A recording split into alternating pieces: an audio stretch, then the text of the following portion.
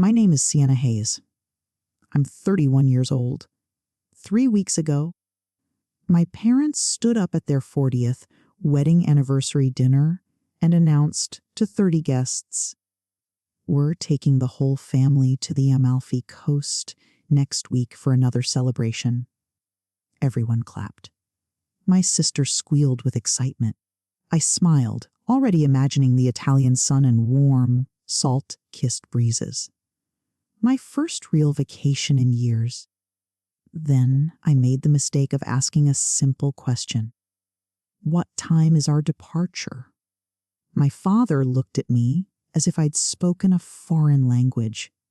My mother's smile tightened.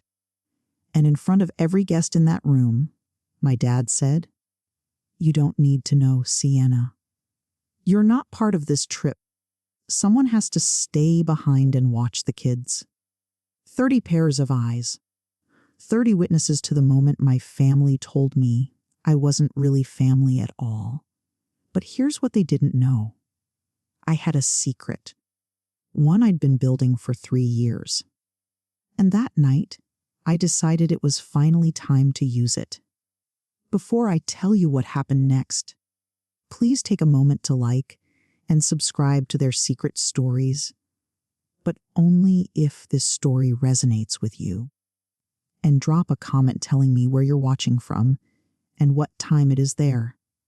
Now, to understand why I walked away from everything I knew, let me take you back to the beginning. The Hayes family lives in a red brick Georgian estate in the suburbs of Seattle. 5 bedrooms, 3-car garage, lawn trimmed to A standards. The kind of house that announces a family's status to anyone driving by. My father, Garrison Hayes, retired 3 years ago from his position as an operations director at a regional shipping company. My mother, Vivienne, has never worked a paid job in her life, but she'll tell you she's busier than any CEO, serving as the Garden Club president, organizing neighborhood charity galas, and maintaining what she calls our family's reputation.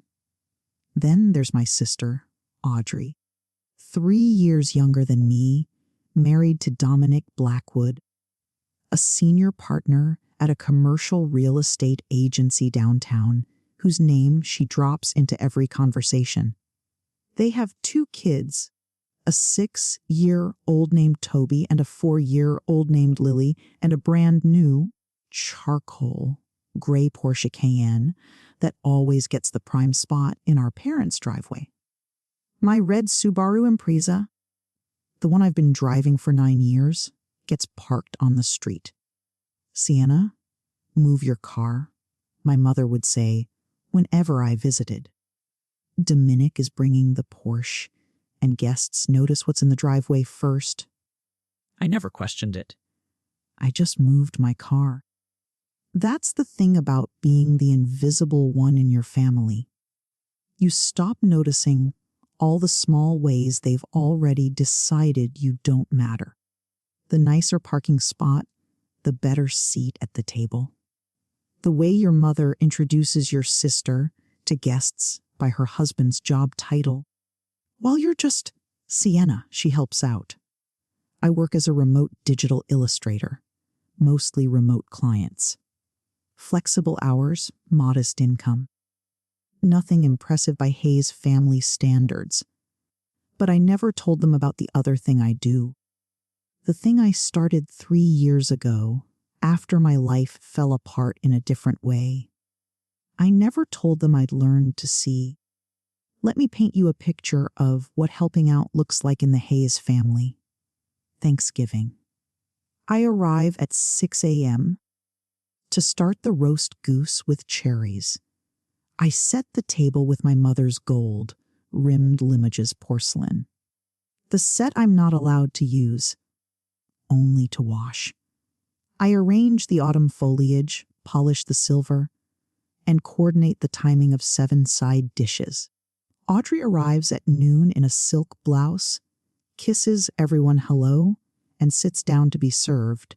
Christmas, the same routine, plus wrapping all the presents my mother bought because her tennis elbow is acting up.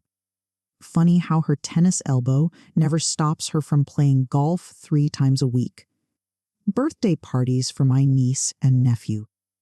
I'm the entertainment coordinator, the cleanup crew, and the backup babysitter all in one. Last year, I spent 8 hours running Toby's underwater themed party, while Audrey got a spa facial because she needed a break. The one time I asked if maybe, just maybe, I could skip a family event because I had a major deadline for a client, my mother's voice went cold. Family comes first, Sienna. We all make sacrifices, except I'm the only one who ever seems to make them.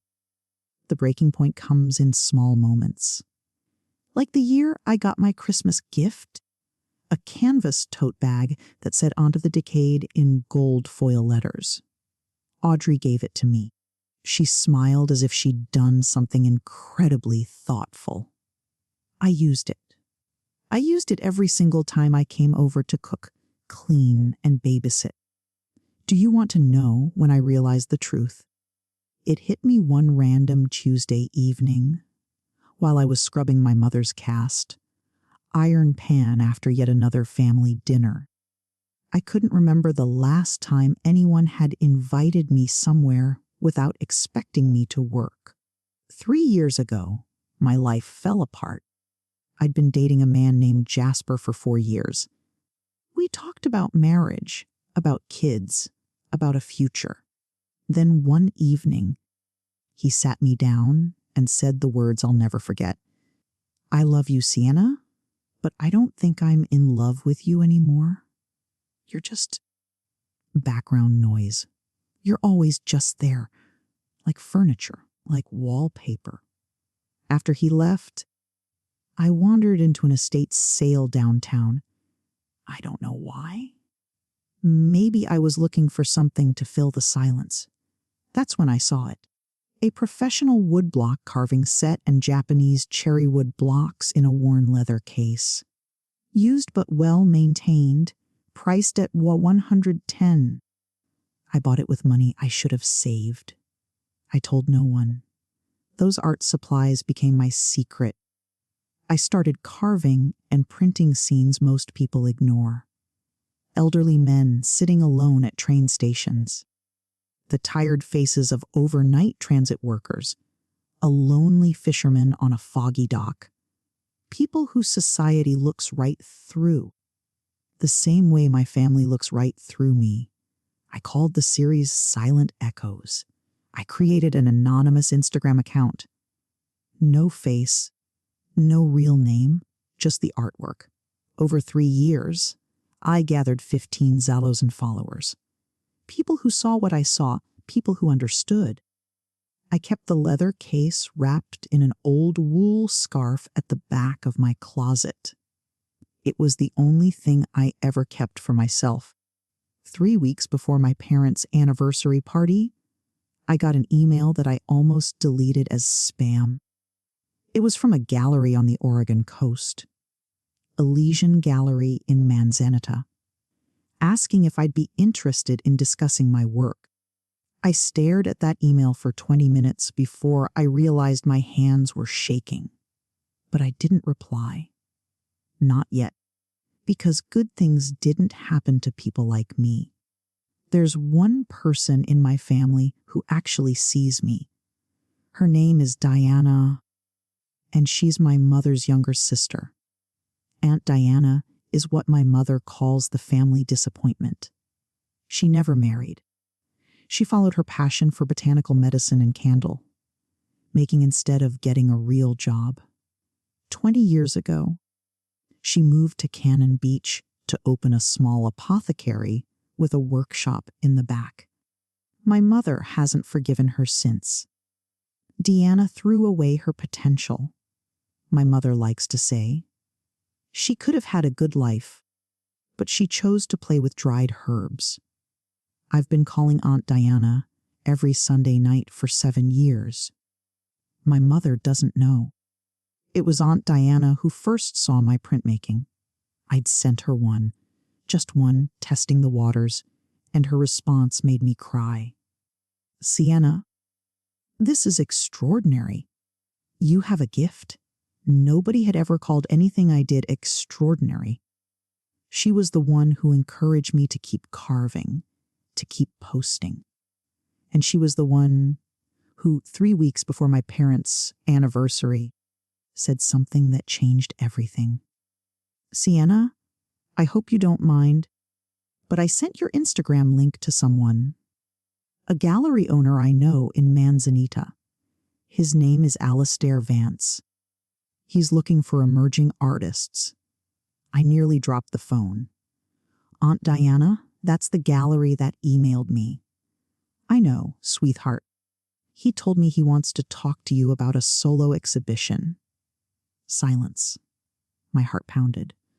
"But that's real. That's an actual career thing." "Yes, it is." Her voice was gentle but firm. "And you deserve it. You don't need anyone's permission to pursue what you love." I learned that lesson late. You don't have to. That night, I replied to Alistair Vance's email. Now, let me bring you to the night that changed everything. My parents' 40th wedding anniversary. A milestone worthy of a party, according to my mother, which meant 30 guests, a catered menu that I would assist with to save money, and an evening of celebrating the Hayes family's 4 decades of picture, perfect marriage. The preparation started a week before. I took 3 days off from my digital illustration clients to help set up. I ordered flowers, white calla lilies and orchids, per my mother's specifications. I handwrote 60 place cards in the calligraphy she insisted upon.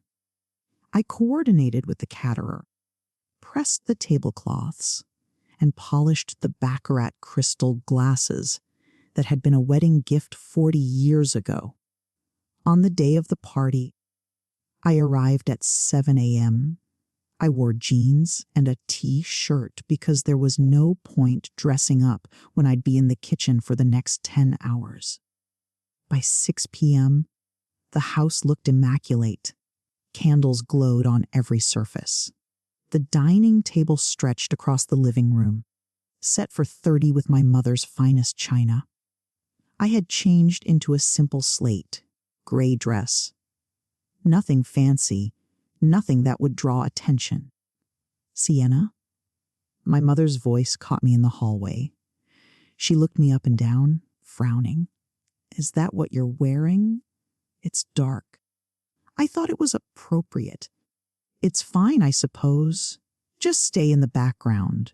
Today is about your father and me." I nodded. I always nodded. Guests began arriving at 7. The men in sports coats, the women in cocktail dresses, old colleagues, garden club members, neighbors whose lawns were as manicured as ours. 30 people who thought they knew the Hayes family. None of them knew me at all. And in 3 hours, that wouldn't matter anymore. Audrey arrived at 7:15, perfectly timed for maximum impact. She swept through the front door in a navy velvet gown, mentioning the designer's boutique to anyone who asked, with Dominic behind her in a dark suit and their 2 children dressed like catalog models. My mother rushed to embrace her, exclaiming over how beautiful she looked, how handsome Dominic was, and how precious the grandchildren were. I watched from the kitchen doorway, holding a tray of wild mushroom crostini. Everyone, you remember my daughter Audrey and her husband Dominic? My mother announced to the room, "Dominic is a senior partner at Vanguard and Finch now. They just promoted him last year. We're so proud." Applause, smiles, congratulations.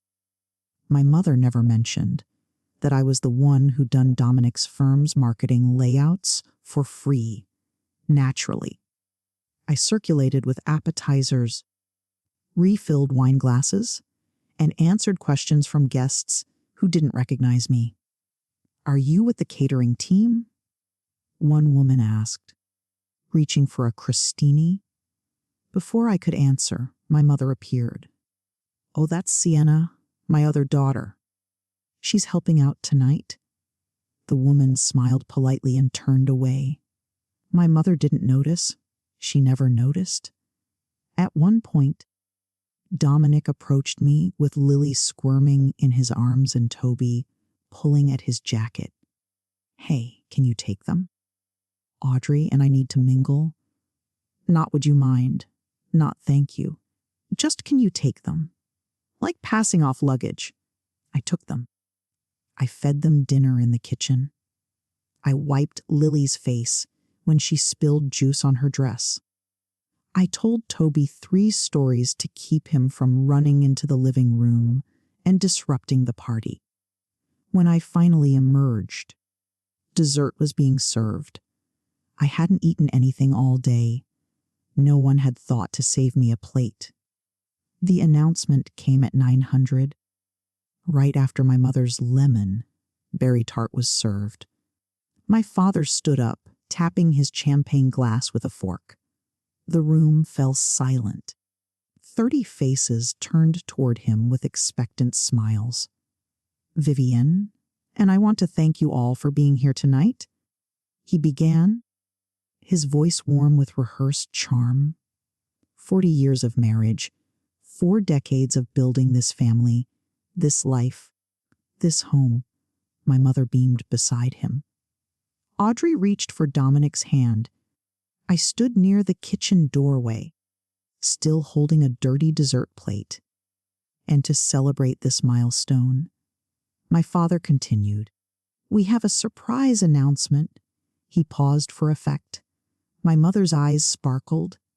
"Next week, we're taking the entire family to the Amalfi Coast.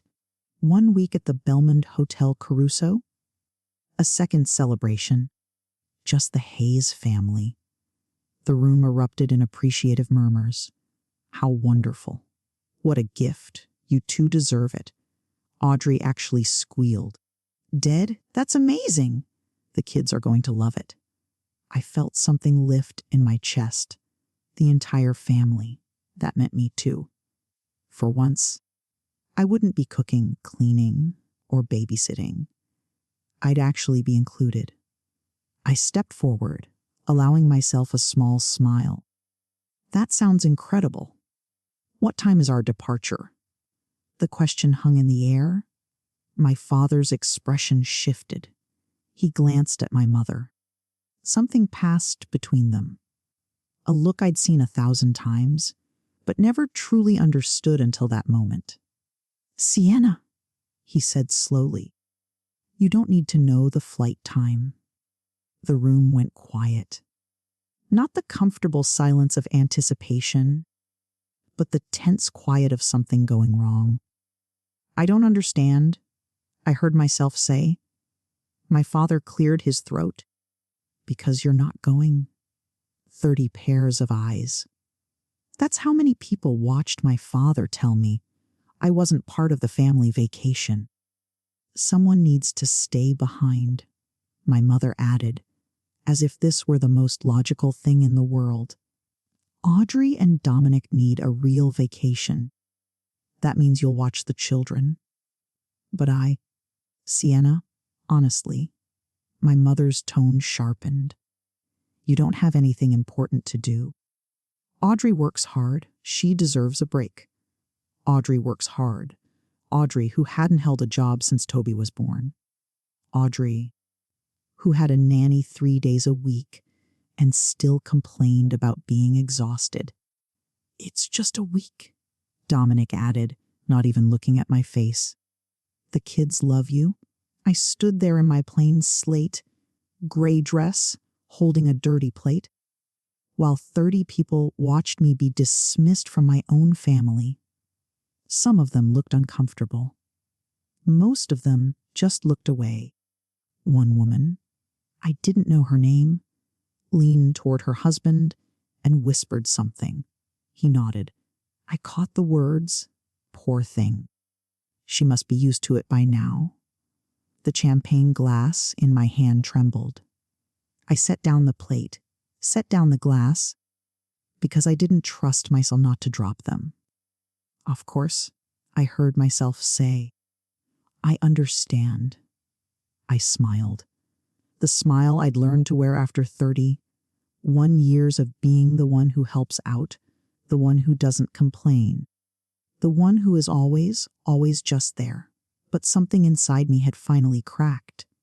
Not broken, cracked, like a fault line shifting before an earthquake. I excused myself to the kitchen. I leaned against the counter and closed my eyes. And for the first time in my life, I started making a different kind of plan. The party continued without me. Of course it did. I stayed in the kitchen, mechanically washing dishes, while laughter and conversation drifted in from the living room. At some point, Audrey appeared, her navy dress swishing against the door frame. Sienna, don't be upset, she said, reaching for my arm. You know how it is. Dominic and I really need this time together. It's been so stressful lately with the kids. I kept washing. I understand. Besides, you're so good with Toby and Lily, they'll barely notice we're gone. I rinsed a champagne glass, set it in the drying rack, and said nothing. Audrey sighed, the way she always does when she thinks I'm being difficult. Look, it's just a week, and you don't have, a partner or anything tying you down. Your schedule is flexible. Flexible. That word again. As if my time had no value because I chose how to spend it. Dominic made a list, she continued, pulling out her phone. Their schedules, food allergies. Toby can't have peanuts, remember? And there's this new thing with Lily's cough. She might need medicine. I'll text you everything. She didn't ask if I was willing. She just assumed. That's when Dominic appeared, loosening his tie. All sorted. Great. We're heading out early tomorrow to pack. Audrey, your mother wants photos before we leave. They were gone before I could respond. Not that I would have. Not that I ever did. But as I stood there alone in my mother's kitchen, staring at the list of instructions, Audrey had just texted me. A single thought crystallized in my mind. They don't see me as family. They see me as staff. And staff can resign. It was almost midnight when I found the emails. The last guests had finally left. My parents had gone to bed, exhausted from accepting 40 years worth of congratulations. I was alone in the living room, folding tablecloths, when I realized I needed to send an illustration file to a client whose deadline I'd pushed back for this party. My laptop was at home. My mother's was on the kitchen counter. She won't mind. I told myself she'd borrowed my things 1,000 times without asking. I opened the laptop. Safari was already running. And there it was. My mother's Gmail, still logged in. I should have clicked away immediately. I should have minded my own business. But I saw my name in the subject line of a recent thread, Amalfi arrangements. Sienna situation. My finger hovered over the trackpad. I knew I shouldn't. I knew whatever I found would hurt. I clicked anyway. The thread was between my mother and Audrey, starting a week before the party. From Vivian Hayes to Audrey Blackwood, keep Sienna here to watch the kids. She doesn't have anything important to do anyway. Dominic was right. It's like having free help. She should be grateful we give her something to do. And Audrey's reply, totally agree, Mom. She'll probably feel useful for once. It's kind of sad, honestly, but at least it works out for us. I read those words 3 times to make sure I understood them. Free help. She should be grateful. Kind of sad, I took screenshots. I emailed them to myself. I deleted my email from the sent folder and cleared the browser history. Then I sat in my mother's dark kitchen, in the house where I'd grown up, and finally let myself understand exactly what I was to them. I drove home at 100 in the morning through empty streets. My apartment was small, a 1-bedroom in a building that hadn't been updated since the 90s. Beige carpet, white walls, furniture I'd bought secondhand.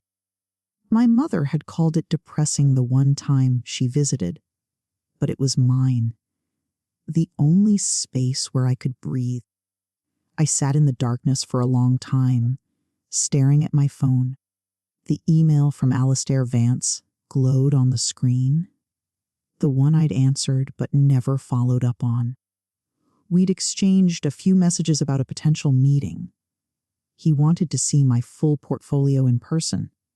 He was excited about the series. I could go? I could actually go. I picked up my phone and called the only person who would understand. Aunt Diana answered on the second ring, even though it was past midnight. Sienna, what's wrong? I told her everything. The announcement, the humiliation, the emails. My voice cracked exactly once when I read aloud the words, free help. When I finished, there was silence on the line. Then Aunt Diana said something I'll never forget. Sienna, I have a spare room above the apothecary. I need help with the morning shift anyway. And that gallery, it's 20 minutes from my place. Aunt Diana, I can't just. Yes, you can. You can leave. You can choose yourself for once. The only person stopping you is you. I hung up at 200 in the morning. By 600, I'd started packing.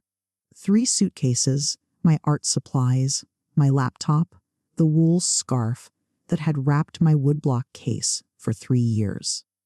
I left behind the canvas tote bag. For the first time in 31 years, I was choosing myself. If you've made it this far, I want to ask you something. Have you ever had to choose between your family and yourself? Have you ever stood at a crossroads where staying meant losing who you were? Tell me in the comments on their secret stories. What would you do? Would you stay and endure it, or would you leave? And if this story matters to you, please hit that like button. Now, let me tell you what happened when I told them I was leaving. 2 days before my family's Italian trip, I drove to my parents' house one last time. My mother was in the living room, coordinating outfits for the vacation. Audrey sat on the couch, scrolling through resort reviews. Dominic was somewhere upstream, probably on a work call. My father was reading the paper in his armchair, the way he always did. Present in body, absent in attention. I need to tell you something, I said from the doorway. My mother barely looked up. If it's about the children's schedule, Audrey already sent it to you. It's not about that. I steadied my voice. I'm not watching the kids. I won't be available. That got their attention. Audrey's head snapped up. My mother's hands froze over a pile of sundresses. What do you mean not available? My mother asked. I have a work opportunity in Oregon. I'm leaving tomorrow. Oregon. My father lowered his newspaper. What kind of work opportunity? It's professional. Something I've been working toward. I didn't owe them the details. I didn't owe them anything. Audrey's face twisted. Sienna, you can't be serious. I'm counting on you. We all planned around this. You planned around me without asking me, I said quietly. I'm not canceling my life because you assumed I didn't have one." The silence was deafening. Then my mother stood up, her voice cold as January. "This is incredibly selfish, Sienna. Audrey needs your help. Family comes first. Family comes first." I repeated, "Except when it comes to inviting me to Amalfi." Her mouth opened, then closed. For once, Vivienne Hayes had nothing to say. My father cleared his throat. "If you leave, don't expect us to welcome you back with open arms." "I understand," I said. And for the first time, I meant it. The next 24 hours were a masterclass in emotional manipulation. My mother called 6 times. Each voicemail was more dramatic than the last. "You're tearing this family apart, Sienna. I hope you can live with that. Your father is devastated. He barely ate dinner. Audrey cried all evening. The children keep asking where Aunt Sienna is going." Audrey took a different approach. Weaponized vulnerability. "Sienna, I don't understand why you're doing this to me. I'm your sister. Don't you care about us at all?" And then the text that nearly broke me. "You're going to end up alone, you know. Just like Aunt Diana. Is that what you want?" I stared at that message for a long time. Just like Aunt Diana.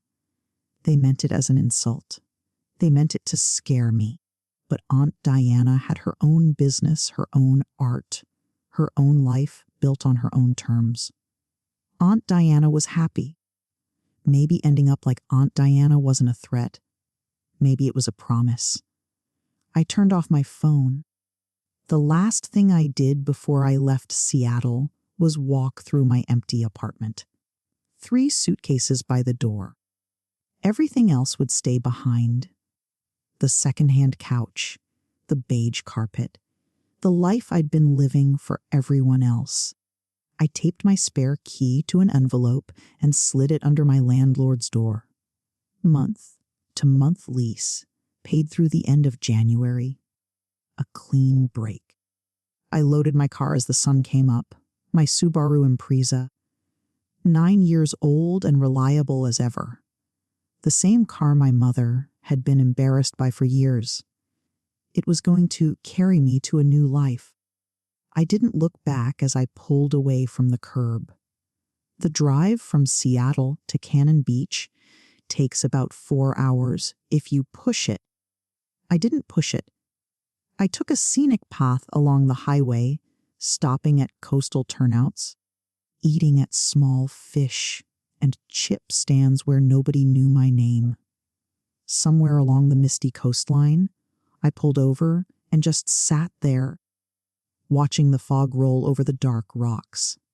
I photographed it with my phone, my first shot as a free woman. On the road. My phone buzzed with a text from Audrey. I had turned it back on to check directions. "Mom says if you're not home when we get back from Italy, you're dead to her." I read it once, then I deleted it. She was already acting like I was dead anyway. At least now I'd be alive somewhere else. An hour later, I called Aunt Diana. "Close," I said. "Your room is ready. Fresh sheets, ocean view. And Alistair wants to meet you tomorrow afternoon if you're up for it." My stomach flipped. Tomorrow. That's so fast. "Sienna." Her voice was warm, certain. "You've been waiting 3 years for this. It's not fast. It's finally." When I reached Cannon Beach, something shifted inside me. The grand monoliths of the beach appeared, vast and endless and dark against the gray ocean. I rolled down my window and breathed cold salt air. I cried then, not from sadness, but from relief, from the overwhelming sensation of possibility. At 7:00 p.m. on that day, I pulled into the driveway of the Salt and Spruce, on Deanna's botanical shop and candle studio. She was waiting on the porch, arms open. "Welcome home," she said. And for the first time in 31 years, somewhere actually felt like it. Cannon Beach is the kind of place that doesn't feel real at first. Weathered cottages with cedar shake roofs, art galleries on every corner, ocean mist rolling through massive spruce trees. The whole town felt like a painting someone had dreamed into existence. The salt and spruce sat on a quiet street 2 blocks from the cliffs. A hand-carved wooden sign, sage green shutters, window boxes overflowing with wild lavender. The workshop occupied the back half of the building, where Diana taught classes and sold her intricate hand-poured candles and natural remedies to tourists. My room was upstairs, small but bright. A bed with a white quilt, a desk by the window, and a view of the Pacific that made my chest ache with something I couldn't name. "You'll work the morning shift," Aunt Diana explained over dinner that first night. 6 to noon. After that, your time is yours. I don't know how to thank you for this. She waved her hand. Don't thank me. Just build something. That's payment enough. The next morning, I woke before dawn. I tied on an apron, not the tote bag I'd left behind. Just a simple canvas apron with the salt and spruce embroidered in cream thread, and learned how to package botanical teas and manage the shop. Customers came and went, locals who knew Diana by name, tourists charmed by the smell of cedar wood and pine. I took orders, wiped counters, and chatted with strangers who had no idea I'd run away from my entire life days ago. By noon, I'd made 45 in tips. I'd smiled more than I had in months. And at 200, I had an appointment at Elysian Gallery in Manzanita. I showered, changed into the nicest dress I owned, and drove 20 minutes down the coast to meet the man who might change everything. Alistair Vance looked nothing like I expected. I'd imagined someone intimidating. Slicked back hair, a designer suit.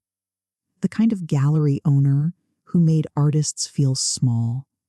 Instead, the man who greeted me at Elysian Gallery was tall and weathered, with silver hair and kind, perceptive eyes. He wore a linen shirt, sleeves rolled up, and smiled like we were already friends. "Sienna Hayes," he said, shaking my hand. "Deanna has told me a lot about you, but the work speaks for itself." He led me through the gallery. White walls, natural light, photographs and print, work displayed with careful precision. This was a serious place, a place where art mattered. "I've looked through your portfolio extensively," Alistair continued. "The Silent Echoes series is extraordinary.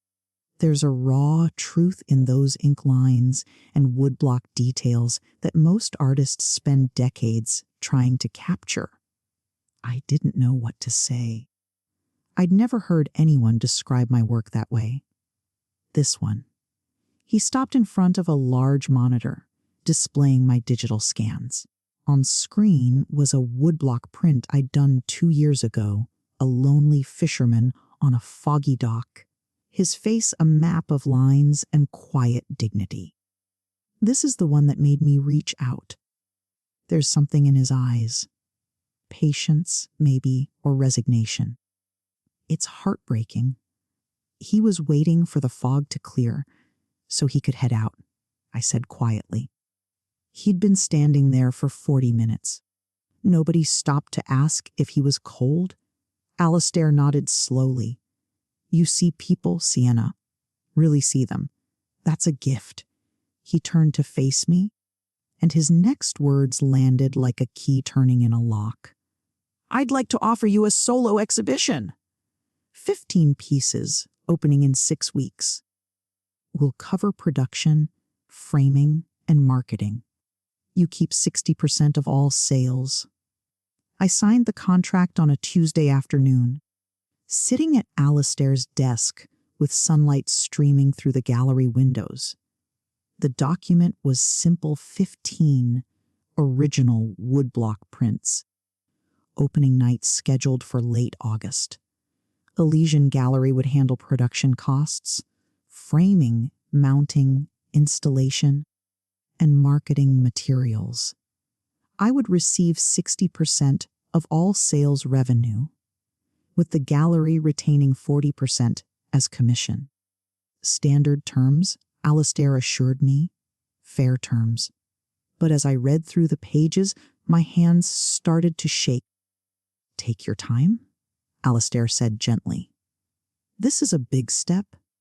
It wasn't the business terms that overwhelmed me. It was seeing my name printed in official type, artist Sienna Hayes. A legal document recognizing that my work had value, that I had value.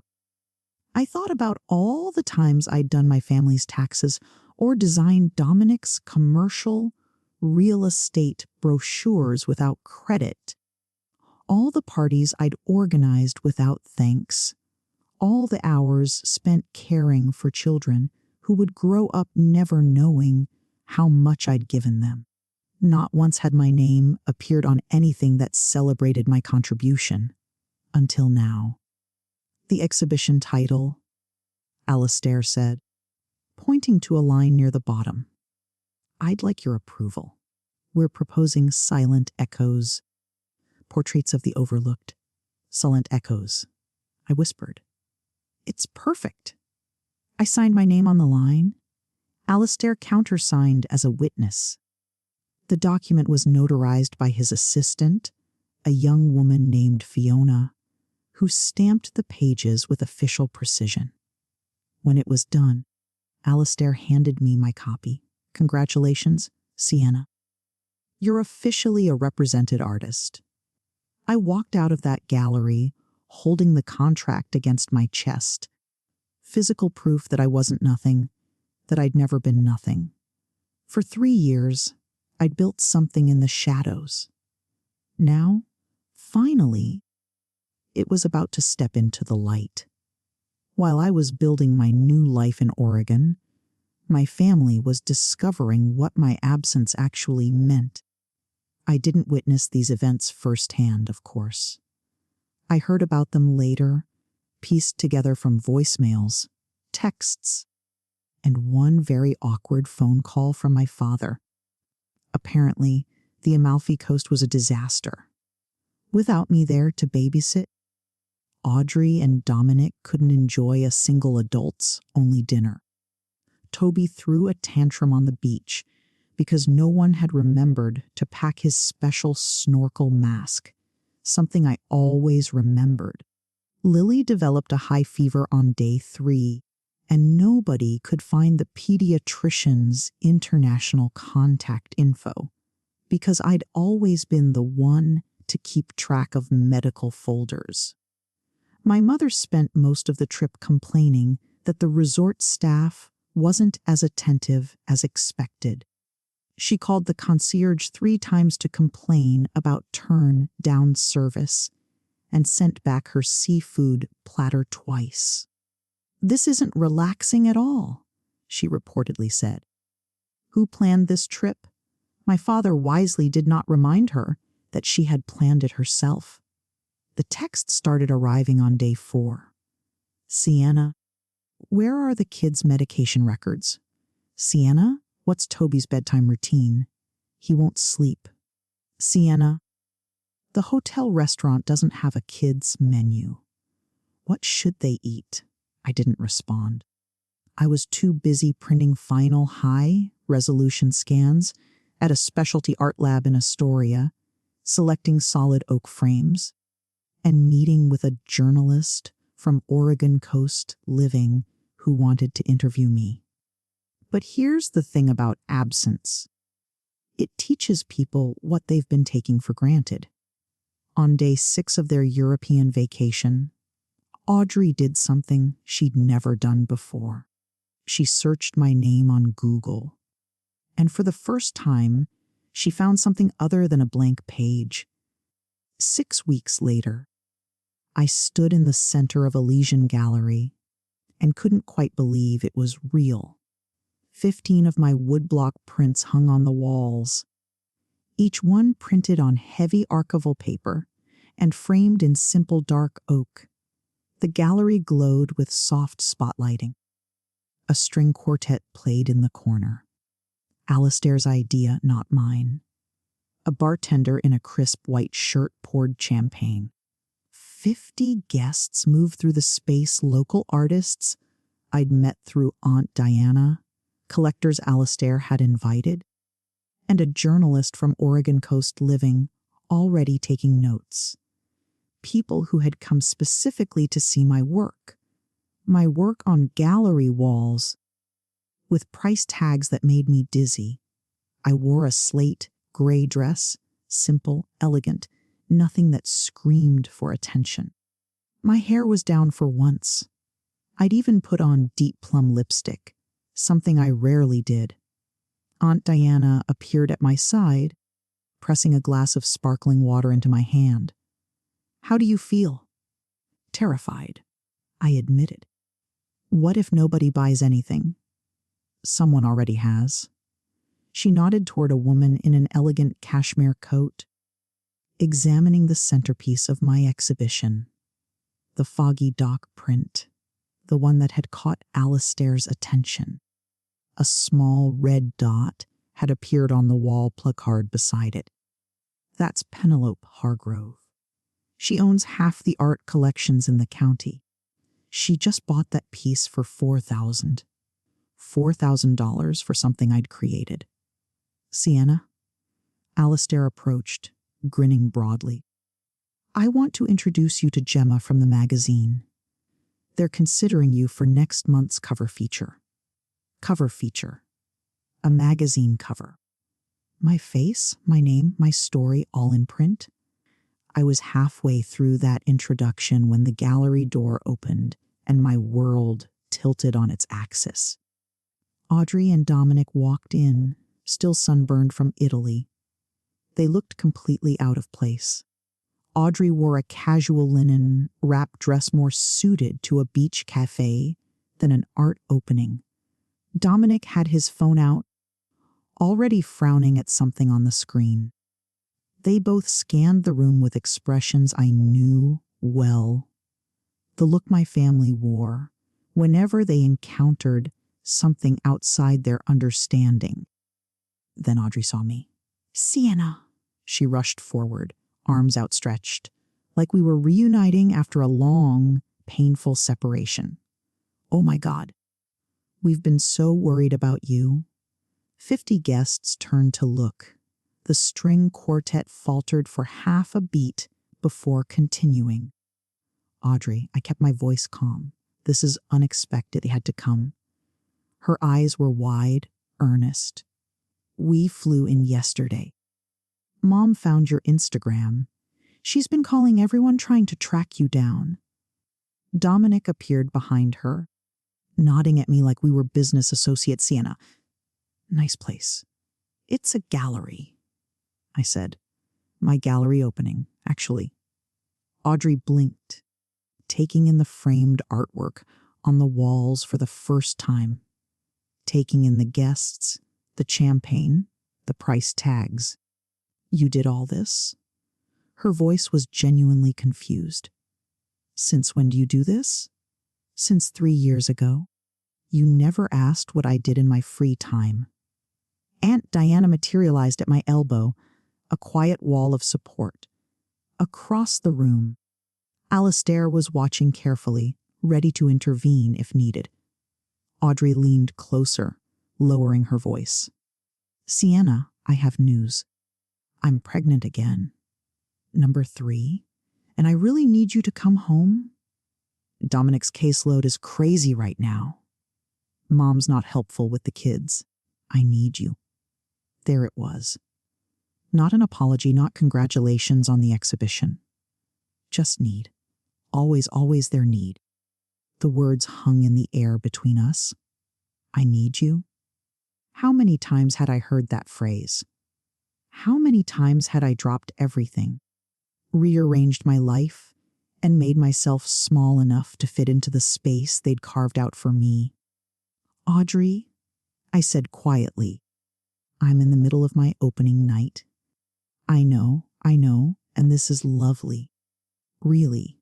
She waved her hand at my life's work as if it were a cute hobby. But we can talk about that later.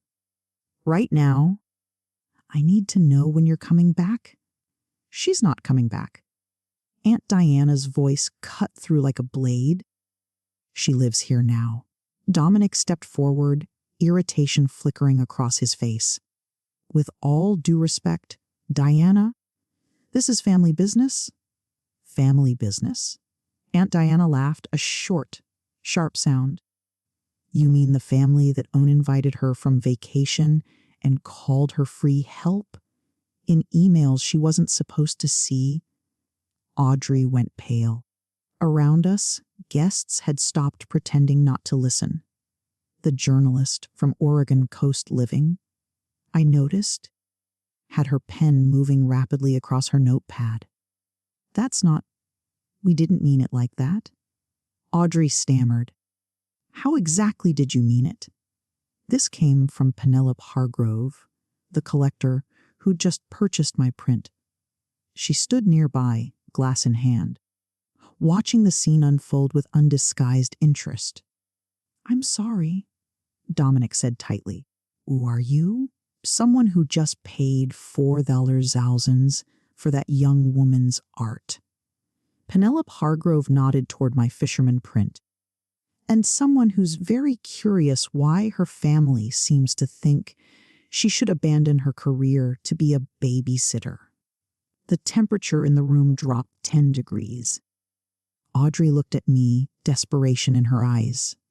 Sienna, please. Let's talk privately. Let me pause here for a second. If your family showed up at the most important night of your life, not to celebrate, but to drag you back to a life where you didn't exist, what would you say?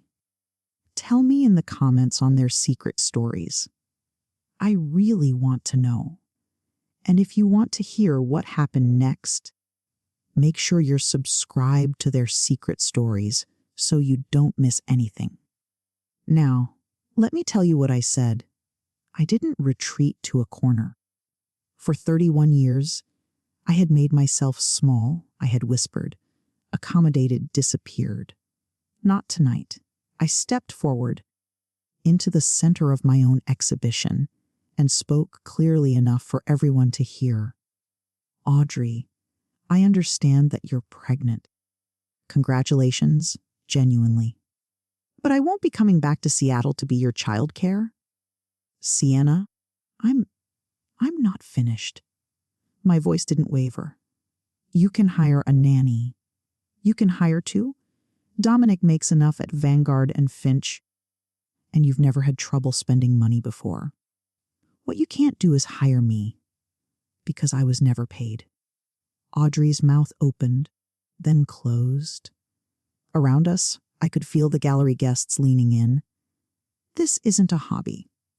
I continued, gesturing to the walls. This is my work.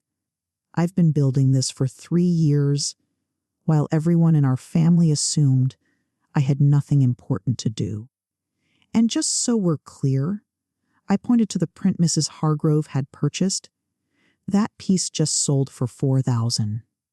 Tonight, I've already sold 4 pieces totaling 10 Zallos, and my work has value. I have value. And I will not throw that away to go back to being free help. Silence. Absolute silence. Dominic coughed uncomfortably. Audrey's eyes were filling with tears. Real ones this time, I thought. Not the performative kind. Then Alastair started to clap. Aunt Diana joined him. Penelope Hargrove raised her glass in a silent toast. One by one, the other guests followed. Applause rippled through the gallery, not for my woodblock prints, but for me. For the moment I finally stood up and said enough. I didn't smile triumphantly. I didn't gloat. I simply looked at my sister and said, "I hope your pregnancy goes well." "I truly do." Then I turned and walked away. The gallery door opened again 20 minutes later. I was in the middle of a conversation with the Oregon Coast living journalist when I saw them. My parents, standing in the entrance like they'd materialized from a nightmare. My mother wore her Max Mara wool coat, the one she saved for important occasions. My father stood behind her in a dark blazer, looking stiff and uncomfortable. They scanned the room until their eyes found me. Vivienne Hayes walked through my gallery as if she owned it. Sienna. Her voice carried the same tone she'd used when I was 8 and had tracked mud onto her clean carpets. When need to talk, the journalist raised an eyebrow. I excused myself and moved to intercept my parents before they could cause more of a scene. "You came all this way," I said evenly. "Of course we did. You disappeared. You left your family when we needed you most." My mother's voice trembled with righteous indignation. "And now I find you here playing artist while your sister is pregnant and struggling." "Audrey is pregnant and wealthy," I corrected. "She's not struggling. She's inconvenienced. Don't be cruel, Sienna. This isn't you." "You're right." I took a breath. "It isn't the me you wanted. The me that you could count on to do whatever you asked. But that Sienna was never seen, Mom. She was just used." My father cleared his throat. "Sienna, your mother is trying to say—" "I know what she's trying to say, Dad. I've heard it my whole life. Family comes first. Make sacrifices. Don't be selfish." I met his eyes. I wasn't part of the family trip to Amalfi, remember? So which is it? Am I family or aren't I? Neither of them had an answer. My mother recovered first. Amalfi was one trip. She said dismissively, "You're blowing this out of proportion. Someone had to stay with the children." "Someone?" I repeated. "Why me? Why always me?" "Because you have the time." "You don't have a partner. You don't have children of your own. What else would you be doing?" I'd wondered if I would ever use those screenshots. Part of me had hoped I'd never have to. But standing there in my gallery, surrounded by my work and my witnesses, I realized that some truths need to be spoken aloud. I pulled out my phone. "Let me read you something," I said, my voice steady. "This is an email you sent to Audrey before the anniversary party." My mother's face went white. "Keep Sienna here to watch the kids. She doesn't have anything important to do anyway. It's like having free help. She should be grateful we give her something to do." The gallery had gone silent again. I could feel every eye on us. And Audrey replied. I continued. "She'll probably feel useful for once. It's kind of sad." Audrey, standing a few feet away, looked as if she wanted the floor to swallow her. "Sienna," my father started, his voice strained. "Where did you? It doesn't matter where I found it. What matters is that you wrote it." I lowered my phone. "I'm not reading this to embarrass anyone. I'm reading it so you understand why I left. You didn't see me as family. You saw me as staff. And staff has the right to quit." My mother's mouth opened, closed, and opened again. For the first time in my life, Vivienne Hayes was speechless. The journalist from Oregon Coast Living was still writing. It was Dominic who broke first. "This is ridiculous," he snapped, stepping forward. "Sienna, you're making a scene over nothing. So your family asked you to babysit. Big deal. That's what families do. Not everyone gets to run off and pretend to be an artist. Pretend Penelope Hargrove's voice cut through the room like ice. I just spent $4,000 on her work. I don't pay that kind of money for pretend. Dominic turned, his corporate composure cracking. With respect, ma'am, you don't know this family. This is between us. Actually, I know exactly what I need to know. Penelope Hargrove set down her champagne glass. I know that young woman has spent years illustrating people society overlooks. And I know her own family treated her exactly the same way. A murmur rippled through the gallery. Guests were openly staring now. The kind of attention my mother had always craved, but not like this. Never like this. My mother tried to salvage the situation. This is a misunderstanding. Family jokes are being taken out of context. A joke. Another voice called out. An older woman with silver hair and a kind face. I'd sold her a woodblock print earlier that evening. Telling your daughter she has nothing important to do. Calling her free help. What's funny about that? More murmurs, more judgment. The social capital my mother had spent decades accumulating was evaporating in real time. I think, Aunt Diana said gently, it might be time for you to leave. My mother's face flushed scarlet. My father took her arm. Audrey was crying now, real, humiliated tears. Dominic stood frozen, finally understanding that his boardroom tactics meant nothing here. Sienna, my mother said, her voice shaking, you'll regret this. No, I said quietly. I really won't. My mother left first. She turned on her heel without another word, pulling my father behind her. The gallery door closed with a soft click that somehow echoed louder than a slam. Audrey lingered, mascara smudged, arms wrapped around herself like a child caught misbehaving. Sienna, her voice cracked. I didn't know you felt this way. I thought you liked helping. No, you didn't, I said, not unkindly. You didn't think about it at all. None of you did. Dominic put a hand on Audrey's shoulder. For once, he said nothing. Maybe he'd finally run out of arguments. I hope your pregnancy is healthy, I added. I hope your kids are happy, but I won't be their live in aunt anymore. If you want to be in my life, it has to be different. It has to be equal. Audrey nodded, tears streaming. I understand. I wasn't sure she did, but it wasn't my job to make her understand anymore. They left through the same door our parents had used. The gallery let out a collective breath. Aunt Diana appeared beside me, wrapping an arm around my shoulders. You okay? I think so. I let out a shaky laugh. I just stood up to my entire family in public at my own art show. You did? And you were magnificent? Alistair approached, pressing a fresh glass of sparkling water into my hand. For what it's worth, I've been doing this for 20 years. Never seen an opening night quite like this one. Is that good or bad? He smiled. Let's just say everyone here is going to remember your name.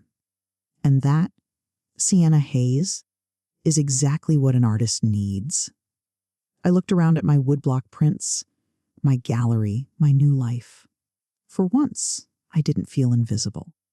By the time the gallery closed that night, I had sold 8 of my 15 pieces. 8 pieces, totaling 18,000 in sales. New 10,800 would go to me. The 60%, just like the contract promised. Alistair handed me the printout of the evening's transactions as the last guests filtered out. Not bad for an opening night, especially one with unexpected family drama. I stared at the numbers. Our 10,800. More than I'd made in 3 months of remote digital illustration work. Penelope Hargrove wants to commission a piece. Alistair continued. She has a home on the Oregon cliffs. Wants you to illustrate the shoreline. A commission? Private collectors often work that way. She liked your eye. She wants to see what you do with her landscape. He handed me a business card. Her assistant's contact. Call them next week. I tucked the card carefully into my clutch, next to my copy of the gallery contract. And the magazine interview. Alistair added. Gemma said she has enough material for a feature. They're considering you for next month's cover. The cover of an actual magazine. With my name, my face, and my story. Aunt Deanna helped me carry my portfolio back to my room above the apothecary that night. 7 pieces still remained, waiting for the right buyers, but 7 was better than 15. 7 meant people had seen value in what I created. I set the sales report on my desk, the first major statement I'd ever received for my art, and photographed it. Not to post anywhere, just to remember. Payable to Sienna Hayes, 10,800. Proof, physical proof that I wasn't nothing, that I'd never been nothing at all. 2 months later, my new life had a rhythm. I woke at 500, watched the sun rise over the Pacific from my window, and opened the Salt and Spruce by 600, morning shift until noon, blending botanical teas, chatting with regulars, learning the names of locals who now recognized me as Diana's niece, the artist. Afternoons belonged to my work. I'd rented a small studio space 3 blocks from the apothecary, just big enough for my drafting table, carving tools, and a printing station. The gallery exhibition had closed, but Alistair had already scheduled another show for spring. This time, a series called Horizons, depicting edges, coastlines, the spaces between belonging and being alone. It felt right. The magazine article came out in October. My face on the cover of Oregon Coast Living, next to the headline. The artist who learned to see herself. The article told my story, edited, of course, with names changed to protect the innocent and the guilty alike. But the truth was there. The invisibility, the breaking point, the choice. People reached out. Women who'd been the family helper, the reliable one, the one everyone forgot to thank. Their messages filled my inbox like a chorus of recognition. I thought I was the only one. You gave me permission to prioritize myself. Thank you for showing me it's possible. My family reached out, too, eventually. Audrey texted after the baby was born. A girl named Madeline. She sent a photo. I sent congratulations and a gift card. Nothing more. My mother called once. I didn't answer. She left a voicemail asking if I'd gotten this out of my system yet. I deleted it. But my father surprised me. His email arrived on a Tuesday evening, 3 sentences long. Sienna, I saw the magazine. I'm proud of you. That one I kept. Today, I'm sitting in my studio, looking out at the Pacific. The woodblock set and carving tools I bought from that estate sale still sit on my shelf. Older now, well-loved, but still working. Next to them sits a professional drafting table and high-end supplies, purchased with money I earned from my art. Both sets matter. One reminded me to see, the other proves that people saw me back. My second exhibition opens next month. Horizons. 50 new pieces, each one exploring the edges of connection. Where family ends and self begins, where obligation crosses into exploitation, where love becomes something else entirely. I think it might be my best work yet. Aunt Deanna stops by every morning with botanical tea and conversation. Alistair checks in weekly with updates about collectors and opportunities. The Salt and Spruce regulars have started requesting the artist corner by the window, where I sometimes sketch between customers. I'm not rich. I'm not famous. But I'm seen, and that's enough. As for my family, we exist in a new configuration now. Holiday cards, birthday texts, the occasional update about the children. Civil, distant, healthier than before. I haven't been back to Seattle. Maybe someday I will, but only as a visitor. Never as the help. The other day, I was going through old files and found a photo I'd taken years ago. A self-portrait shot in the mirror of my Seattle apartment back, when I was still invisible. The woman in that photo looked tired, defeated, like she was waiting for permission to exist. I deleted it. That woman is gone now. In her place is someone who takes up space, who creates beautiful things, who says no when she means no, and yes only when she chooses. Someone who finally let herself be seen. That's the real story. Not revenge, not triumph, just freedom. From a psychological perspective, my journey illustrates something called parentification, when a child, often the oldest, takes on adult responsibilities without recognition or reciprocity. I also occupied the scapegoat role, the family member whose needs are consistently deprioritized, while the golden child, Audrey, receives endless attention and resources. Here's what I want you to take away from this. Setting boundaries isn't betrayal. It's not abandonment. It's the recognition that you cannot pour from an empty cup, and that the people who truly love you won't ask you to. If you're in a situation like mine, remember your worth isn't measured by how useful you are to others. It's inherent. It was always there. And sometimes the bravest thing you can do isn't fight back. It's walk away. Build something of your own. Let your life speak louder than any argument ever could. You deserve that. We all do.